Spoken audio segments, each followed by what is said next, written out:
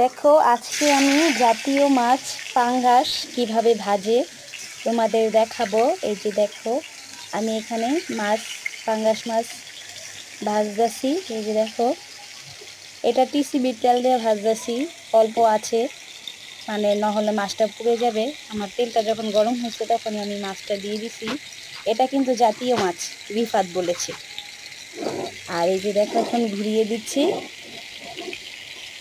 তো ঘুরিয়ে ঘুরিয়ে আমি এই যে মাছগুলো ভেজে নিচ্ছি। আমি কিন্তু সাথে ভাত রান্না করব, সাথে কচুরলতিও রান্না করব।